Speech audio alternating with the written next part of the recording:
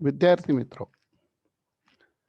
इससे पहले हम लोगों ने बीए द्वितीय वर्ष सामान्य हिंदी के अंतर्गत गद्य के विविध आयाम इस पाठ्य पुस्तक में का अंतिम पाठ जो है स्वामी दयानंद मोहन राकेश रचित इस जीवनी लेख को प्रारंभ किया था।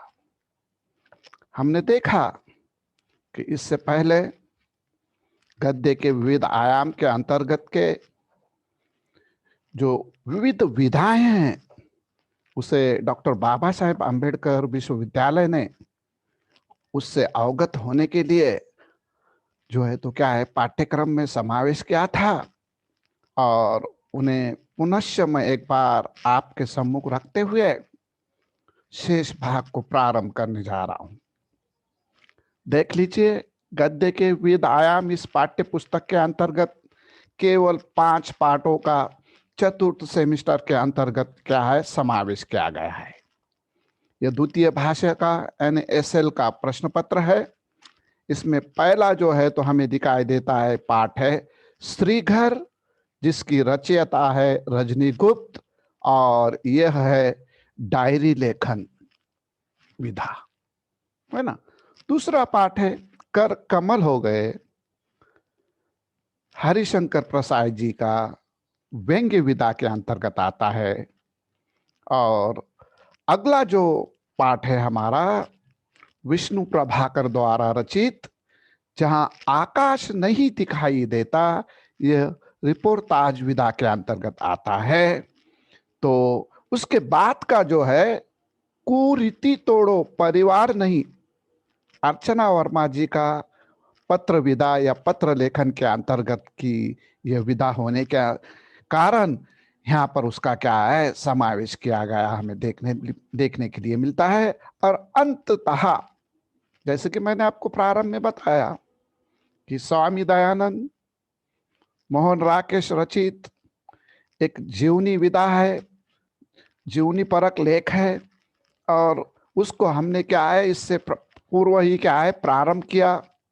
उसके अंतर्गत हमने सर्वप्रथम मोहन राकेश जी का स्थूल परिचय देखा। मोहन राकेश के परिचय के पश्चात जीवनी विधा से संबंधित जो है तो स्थूल जानकारी आप लोगों के सम्मुख रखी और किस प्रकार से भारत के महान मेधावी सुधारकों में स्वामी दयानंद का बड़ा श्रद्धा से नाम लिया जाता है ना। इस जो है तो स्वामी दयानंद जीवनी का क्या है हमने प्रारंभ किया। अब देख लीजिए, स्वामी जी का प्रारंभ में किस परिवार में जन्म हुआ, वो परिवार किस प्रकार का कर्मठ था, धार्मिक था, है ना, पौराणिक और रीत रिवाजों को पकड़कर उसमें वो जकड़ा हुआ था। इतना ही नहीं, वो जो है तो भूपति अंबाशंकर के परिवार से जन्मे हुए थे। स्वामी दयानंद का जो है तो मूल नाम जो है मूल शंकर रखा गया था और 14 वर्ष की आयु में महाशिवरात्रि के व्रत रखने के पश्चात उनके पिता ने उन्हें गांव के बाहर एक मंदिर में ले गए। पूजा का किस प्रकार से क्रम हुआ लगभग आधी रात तक चलता रहा और उसके बाद उन्होंने देखा कि वहां एक चूहा बिल से निकलकर प्रतिमा पर चढ़ाई हुई भोग सामग्री चाटने लगा और इस बालक के मन में जो है तो क्या है नाना प्रकार के प्रश्न निर्माण होने लगे। उसमें कमती में भर्ती और प्रश्न निर्माण होने के लिए उनकी बहन और चचा का क्रम से क्या है मृत्यु हो गया और उनका मन घर से उचाट हो गया। देखिए, जब आदमी किसी को चाहता है और चाहने वाला जब चला जाता है, आना जाना तो ऊपर वाले के हाथ में रखा है, तो उसे बड़ा आघात होता है, बड़ी तकलीफ होती है और शायद इस कारण उनका मन भी क्या है उचाट हो गया और उनके मन में अनेक प्रश्न निर्माण होने लगे। वो सोचने लगे कि वास्तविक जीवन क्या है, सांसारिक स्नेह संबंधों का क्या अर्थ है, धर्म व्यक्ति को किस प्रकार निस्तार देता है और धर्म का वास्तविक रूप क्या है, इन्हीं प्रश्नों में वो खोए खोए रहने लगे। और ये अवस्था उनकी देखकर मूल शंकर की जो है तो अवस्था पर उनके घर वालों ने क्या है एक संकल्प किया और उसका वो विवाह करने का क्या है मानस बनाकर बैठ गए। देख लीजिए, भारतीय संस्कृति में हमारे वो मराठी में बोलते ना, गाईच्या गळ्यात लोण। कभी ग्रामीण भाग में आप गए होंगे और गाय बैल वगैरह चरते हुए आपको देहात में गांव में जब नजर आए तो कुछ एक जानवर ऐसे रहते जिसके गले में रस्सी और दोनों पैर के बीच में एक बड़ा लकड़ा लटका हुआ रहता, लोड़ना बोलते मराठी में, है ना। तो वो जो है तो क्यों कि बहुत भागने वाली सताने वाली गाय बैल जो भी होगा होता है। तो यहाँ महाराष्ट्र में हमारे अगर कोई बहुत भाग रहा, कोई कुछ हरकतें कर रहा, तंग कर रहा, तो बोलते उसके गले में लोड़ना डालो। लोड़ना मीन शादी करो, ब्याह कर दो, घरवाली ला लो, बराबर उसको कर दी थी, ऐसी एक मान्यता है। यह बात सुनते ही मूलशंकर वहां से भाग निकले। देख लीजिए, उनका काय में ही मन नहीं था, ना विवाह में उनको इंटरेस्ट था, शादी में उनको दिलचस्पी थी। वहां से वो भाग निकले।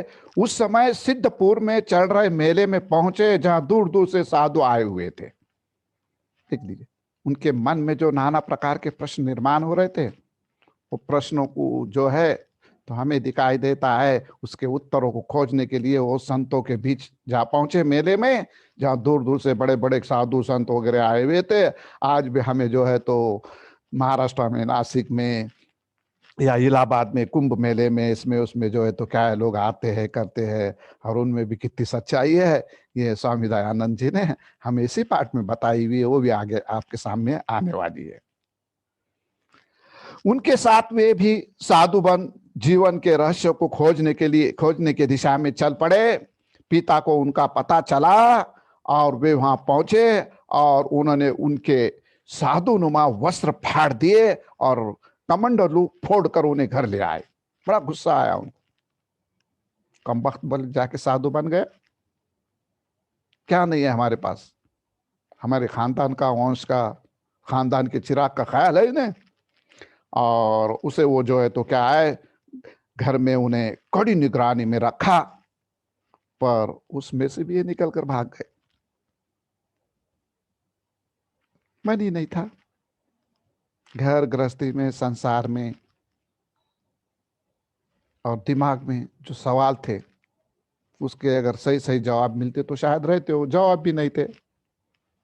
क्योंकि घर कैसा था पहले ही बताया कि घर में भी जो है तो कुरीतियां प्रथाएं वगैरह थी, इतना ही नहीं तो आडंबर पाखंड था, और ये बड़े कर्मठ थे, और धार्मिक पौराणिक तत्वों को लेकर चलने वाले थे। उसमें सच्चाई कितनी है, उसमें अच्छाई कितनी है, इसका जो है तो क्या है उनको उसकी कोई परवाह नहीं थी।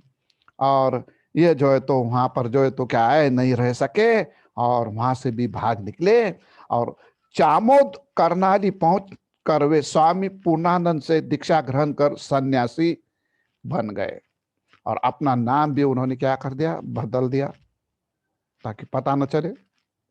उन्होंने वहां पर अपना नाम दयानंद रखा, मूल शंकर से बने दयानंद। हरिद्वार के कुंभ मेले में पहुंचे। मैंने अभी आपको जिक्र किया था, महाराष्ट्र में नासिक में भी वो क्या है कुंभ मेला होता है, और इलाहाबाद में तो क्या है वहां पर संगम है तीन नदियों का, गंगा जमुना और अदृश्य सरस्वती। तो वहां पर भी कुछ विशिष्ट कालावधि के लिए और कुछ विशिष्ट तिथियों में जो है तो क्या है कुंभ मेले का आयोजन होता है। और ये मूल शंकर भी जो नाम बदल कर आप क्या है दयानंद हो गए हैं, वहाँ हरिद्वार के कुंभ मेले में पहुंचे। धर्म के नाम पर वहां जो चढ़ रहा था उसे देखकर दयानंद को बहुत ग्लानि हुई। अब ये धर्म के जो ठेकेदार थे, साधु संत महंत, ये किस प्रकार के कार्य करते थे, ये सारा देखकर उनको बड़ा क्या है दुख हुआ, नफरत हुई। इन कुरीतियों को दूर करने का उन्होंने संकल्प किया। कई सिद्ध घोषित करने वाले सिद्धियों से वो मिले, पर उनकी शंकाओं का समाधान न हो पाया। गढ़ मुक्तेश्वर की एक नदी में बहते शव को उन्होंने बाहर निकाला। उसे फाड़कर उन्होंने देखने की कोशिश की, योगियों द्वारा बताए गए चक्र तथा कुंडलियां आदि कहाँ हैं, परंतु शव के अंदर उन्हें कुछ न मिला। देख लीजिए, हमारे साधु संत रामदेव बाबा जैसे लोग हैं ना, वो कहते हैं कि शरीर के अंदर क्या है, इंगला पिंगला सुषुम्ना कुंडलियां वगैरह रहती है, और उसे जागृत करने के लिए योग साधना अमुक तमुक ये वो करना पड़ता है, और तब जाकर जो है तो व्यक्ति क्या है, उसका स्वास्थ्य जो है तो अच्छा रहता है, और स्वस्थ शरीर में स्वस्थ विचार होते हैं ना, अच्छे शरीर में अच्छे विचार होते हैं। और उनको जब इस प्रकार का वहां पर जो है तो इन संतों द्वारा जो है तो सुनने के लिए मिला, तो उन्होंने क्या किया, एक शव को फाड़कर पोस्टमार्टम कर डाला उनका। देखा उसमें क्या है, वो नजर नहीं आए। वे कानपुर प्रयाग काशी भटकते रहे, परंतु उन्हें उचित गुरु नहीं मिल पाया जो उन्हें वास्तविक ज्ञान दे सके। देख लीजिए, इनकी ज्ञान की जो लिप्सा थी, है ना, ज्ञान की जो है तो प्राप्त करने की जो जिज्ञासा थी, वो जो है तो क्या है, पूर्ण करने वाली व्यक्ति उन्हें नहीं मिली। भले उन्होंने नाम बदला, वो जो है तो क्या है सन्यासी बने, सन्यासियों के साथ बाहर निकल पड़े, काशी भी गए, प्रयाग भी गए, कानपुर भी गए, कुंभ मेला भी जो है तो अटेंड किया।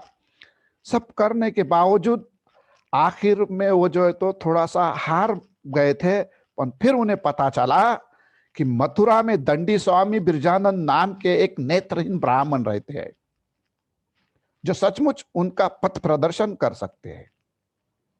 फिर उन्हें जो है तो जहां चाहा वहां राह होती है ना, कहते हैं। आखिर में उन्हें जो है तो कहीं से तो भी पता चल गया, और उनके पास उनको जो है तो क्या है, उनके प्रश्न के उत्तर मिलेंगे। और स्वामी बिरजानंद संस्कृत व्याकरण के पंडित थे। वे बहुदेववाद तथा मूर्ति पूजा के क्या है विरोधी थे। एक भगवान को, एक ईश्वर को, एक जो है तो क्या अल्लाह को मानने वाले थे। मूर्ति पूजा का वो क्या है विरोध करते थे, और एक से अधिक भगवान को मानने के लिए तैयार नहीं थे। वे खुद एक ऐसे शिष्य की तलाश में थे जो उनके विचार जनसाधारण तक पहुंचा सके। देख लीजिए, इधर भी शिष्य की तलाश थी, और उधर भी क्या है गुरु की तलाश थी। अंततः जो है अल्लाह ने, ईश्वर ने दोनों को एक जगह मिला दिया। और हमें दिखाई देता है कि यूं ही जो है तो पुराने जमाने में किसी को कोई गुरु शिष्य नहीं बनाया करता था, उसकी भी परीक्षाएं ली जाती थी। आज भी हमें दिखाई देता है कि मेडिकल इंजीनियरिंग में किसी को भी दाखला नहीं मिलता, उनकी भी एंट्रेंस के एग्जाम दी जाती है ना। नीट है, सीएटी है, देखने उल्टी है नहीं क्या आपको, या जी है, या आईआईटी है ना। अच्छे स्थान पे जाना है तो क्या इम्तिहान है भाई, मगर इम्तिहान का कुछ नहीं है। आपको भी पास होना है तो क्या इम्तिहान है, उसके बगैर आगे कक्षा नहीं है। समझ रहे हैं बात को आप मेरे। तो दयानंद की भी परीक्षा लेकर और उनसे संतुष्ट होकर उन्होंने तुरंत उन्हें अपना क्या है शिष्य बनाया। अब किस प्रकार से परीक्षा दी, क्या दी, इस बातों में इसमें उसमें जाएंगे तो क्या है, समय की जो है तो हमारे पास सीमा होने के कारण हम उसे क्या है अधिक बयान नहीं कर सकते। आपके समझने के लिए इतना काफी है। और बिरजानंद के पास 2.5 वर्ष तक रहकर उन्होंने अध्ययन किया। विदाई के समय गुरु को लौंग बहुत पसंद होने के कारण उन्होंने गुरु दक्षिणा के रूप में लौंग देने की कोशिश की, परंतु गुरु ने कहा मुझे यह गुरु दक्षिणा नहीं चाहिए। पहले भारतवर्ष में आजादी के पहले की स्थिति देख लीजिए आप, आपको पता चलता है कि गुरुकुल पद्धति वगैरह हुआ करती थी, है ना। 25 वर्ष ब्रह्मचार्य आश्रम, 25 वर्ष गृहस्थ आश्रम, 25 वर्ष वानप्रस्थ आश्रम, 25 वर्ष जो है तो संन्यास आश्रम, है ना। 100 वर्ष आयु माना जाता था। और गुरु घर रहकर उसके साथ जो है तो क्या है, ज्ञान दान जो है तो गुरुकुल में रहकर अर्जन करना पड़ता था। अंततः गुरु को गुरु दक्षिणा देना पड़ती थी। आप लोगों को पता है कि द्रोणाचार्य एकलव्य का, द्रोणाचार्य ने किस तरह से धनुर्विद्या में उन्हें उसे गुरु मानकर उसका पुतला बना, द्रोणाचार्य ने जो है तो एकलव्य को आपने देखा होगा कि गुरु दक्षिणा में क्या मांगा था और क्यों मांगा था, कैसा मांगा था, क्या कारण था। क्योंकि एकलव्य ने तो उनसे केवल उनका पुतला बनाकर एक प्रतीक रूप में जो है तो क्या है, अपनी श्रद्धा से, आपकी मन की इच्छा शक्ति से और अपनी मेधावी शक्ति से जो है तो धनुर्विद्या में जो है तो क्या है, एकदम जो है तो अर्जुन से भी आगे की जो है तो महारत हासिल कर ली थी। किंतु इन्होंने उनको सम्मान दिया तो इनका अंगूठा ही दे दिया।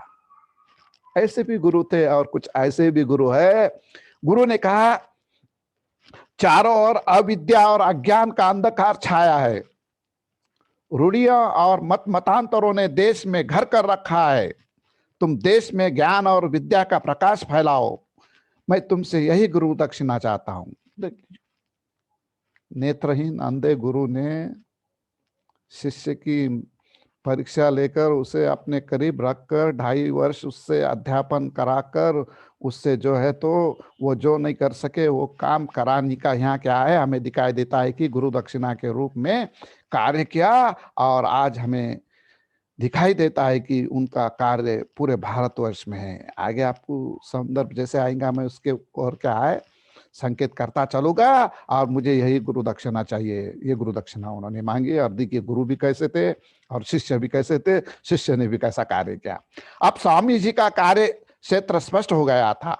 अंधविश्वास, जाति भेद, बाल विवाह, विधवाओं के प्रति अमानुष व्यवहार आदि कई समस्याएं इस देश में थी। विदेशी सत्ता ने यहाँ के सांस्कृतिक और नैतिक मूल्य को तोड़ दिया था। ऐसी स्थिति में लिखकर, भाषण देकर तथा एक संगठन बनाकर उनके खिलाफ लड़ने का कार्य करने का संकल्प इन्होंने किया। जब तक समाज में जागृति नहीं आएगी तब तक चैन से न बैठने का उन्होंने क्या है प्रण कर लिया।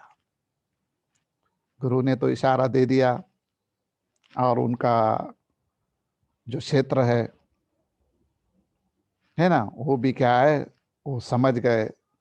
और उन्हें क्या करना था, ज्ञान का, विद्या का क्या है प्रकाश, अंधकार पूर्ण इस देश में क्या है फैलाना था। और इस दिशा में उन्होंने जो है तो कदम उठाया।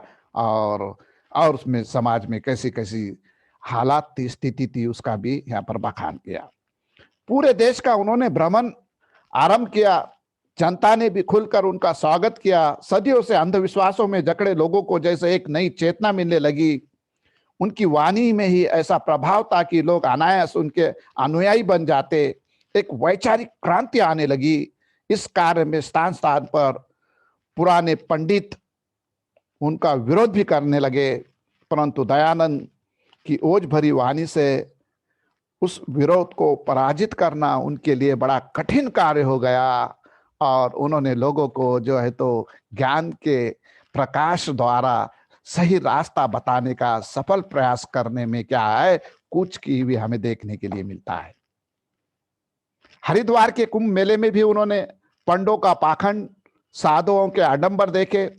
साधुओं का जुलूस निकलता तो हजारों स्त्रियां उनके चरण धूलि सिर पर लगाती थी। स्वामी दयानंद से यह सब सहा नहीं गया। उन्होंने वहां भी अपनी पाखंड खंडिनी पताका गाड़ दी। ये पाखंड ढोंग ढकोसला जो है, हजारों स्त्रियों को आपने क्या है चरण पर वो नीचे झुकाते थे, उनकी चरण धूलि को जो है तो महत्वपूर्ण स्थान प्राप्त हुआ था। हाँ, दयानंद के सबल व्यक्तित्व तथा अकाट्य तर्कों के कारण उनके शिष्य भी बनते गए और कुछ शत्रु भी। जाहिर है जब आदमी बड़ा बनता है तो यूं ही नहीं बनता, कुछ उसके पक्ष के, कुछ उसके विचार के होते हैं, कुछ उसके विपरीत होते हैं, है ना। और ये दोनों बातें तो होने वाली है, जैसे सिक्के के दो पहलू है ना। शत्रु भी है और क्या है, हमें दिखाई देता है कि उसके चाहने वाले भी है।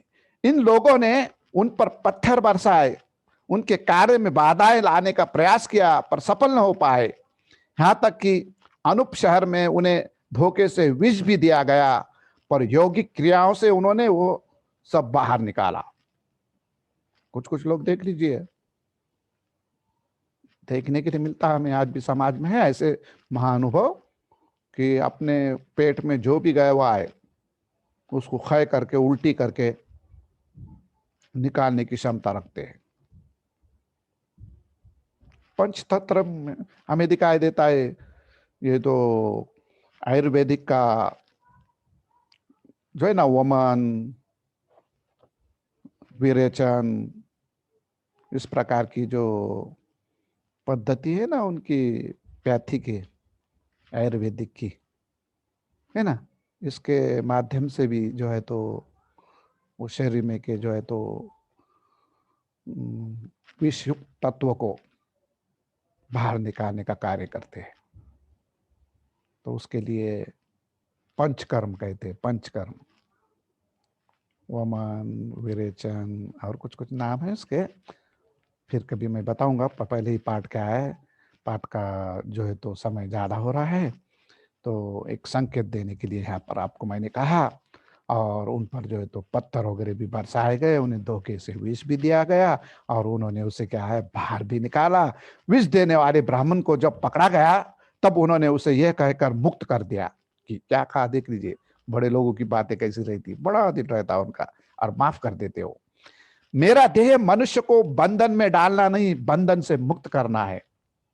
आपने ये रूढ़ी परंपरा, ढोंग, पाखंड, भाई आडंबर, दिखावा, इसमें जो रखा हुआ है, ये बंधनों में डाला हुआ है, इसमें डालना नहीं, उसे उसको क्या है मुक्त कराना है कहा, और उसे उन्होंने छोड़ दिया। देख लीजिए, ये बंधन थे सदियों से बनाए गए गलत संस्कारों के। उन्हें लोगों को धर्म के निकट ले जाना था, इसलिए पहले वे संस्कृत में भाषण देते, परंतु अपनी बात जनसाधारण तक पहुंचाने के लिए उन्होंने जनभाषा हिंदी में भाषण देना आरंभ किया। क्योंकि सभी लोग जो है तो संस्कृत भाषा को नहीं जानते थे, पढ़े लिखे ही जानते थे। समाज की आम बोली, आम बोलचाल की भाषा वो न थी। संस्कृत भाषा ये क्या धीरे धीरे मृत भाषा में तब्दील हो रही थी। लगभग 18 वर्ष तक विभिन्न प्रदेश घूमकर अपने सिद्धांतों का प्रचार वे करते रहे। लगभग कितने, एक नहीं दो नहीं, 18 वर्ष तक वो विभिन्न प्रदेशों में देश के घूमते रहे। पूरा भारतवर्ष का उन्होंने भ्रमण किया और 10 अप्रैल 1875 को मुंबई में उन्होंने आर्य समाज की स्थापना की। अब आपको आर्य समाजी बोली बात बोलने की जरूरत नहीं, सब कुछ उसमें आ जाता है। ये लोग कैसे है, क्या है, एक भाग तो मूर्ति पूजा के केवल विरोधक है, बाकी सब उसमें आ रहा है, चढ़ रहा है, हम देख सकते हैं। शीघ्र ही इसने एक व्यापक संगठन का रूप ले लिया और उत्तर भारत के प्राय सभी नगरों को और कस्बों को आर्य समाज के अपने मंदिरों में क्या है स्थापित कर दिया। उत्तर भारत में आधुनिक विचारधारा का प्रवर्तक उन्हें कहा जाता है। सन 1833 में महाराजा जोधपुर के यहाँ निमंत्रण पर जाने पर दयानंद की शत्रुपनी महाराज की वेश्या ने भोजन बनाने वाले रसोइये से मिलकर उनके भोजन में विष घोला। देख लीजिए, अब महाराजा जोधपुर के निमंत्रण पर स्वामी दयानंद जो है तो राजभोज करने के लिए उनके यहाँ चले गए, लेकिन वहां भी उनके शत्रु उन्हें उसके ऊपर किस प्रकार से आघात किया वो भी हमें देखने के लिए मिलता है। उसकी एक जो है तो शत्रु के रूप में वहां पहले से ही एक वेश्या विराजमान थी और उन्होंने जो रसोईया था, है ना, खानसामा, उससे मिलकर उनके भोजन में क्या है बड़े पैमाने पे विष घोला और इसके प्रभाव से उनके पूरे शरीर पर फफोले आ गए। इसी में सन 1883 में दीपावली के दिन स्वामी जी ने गायत्री मंत्र का उच्चारण करते अपनी यही लोक की यात्रा क्या है समाप्त की।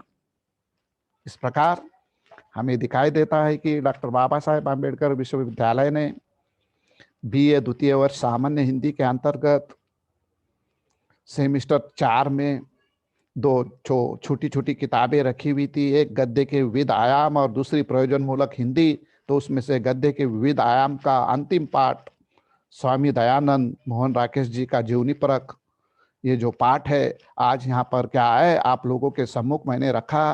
मुझे लगता आप लोग इससे भली भांति अवगत हो गए होंगे। और आज के लिए इतना, धन्यवाद।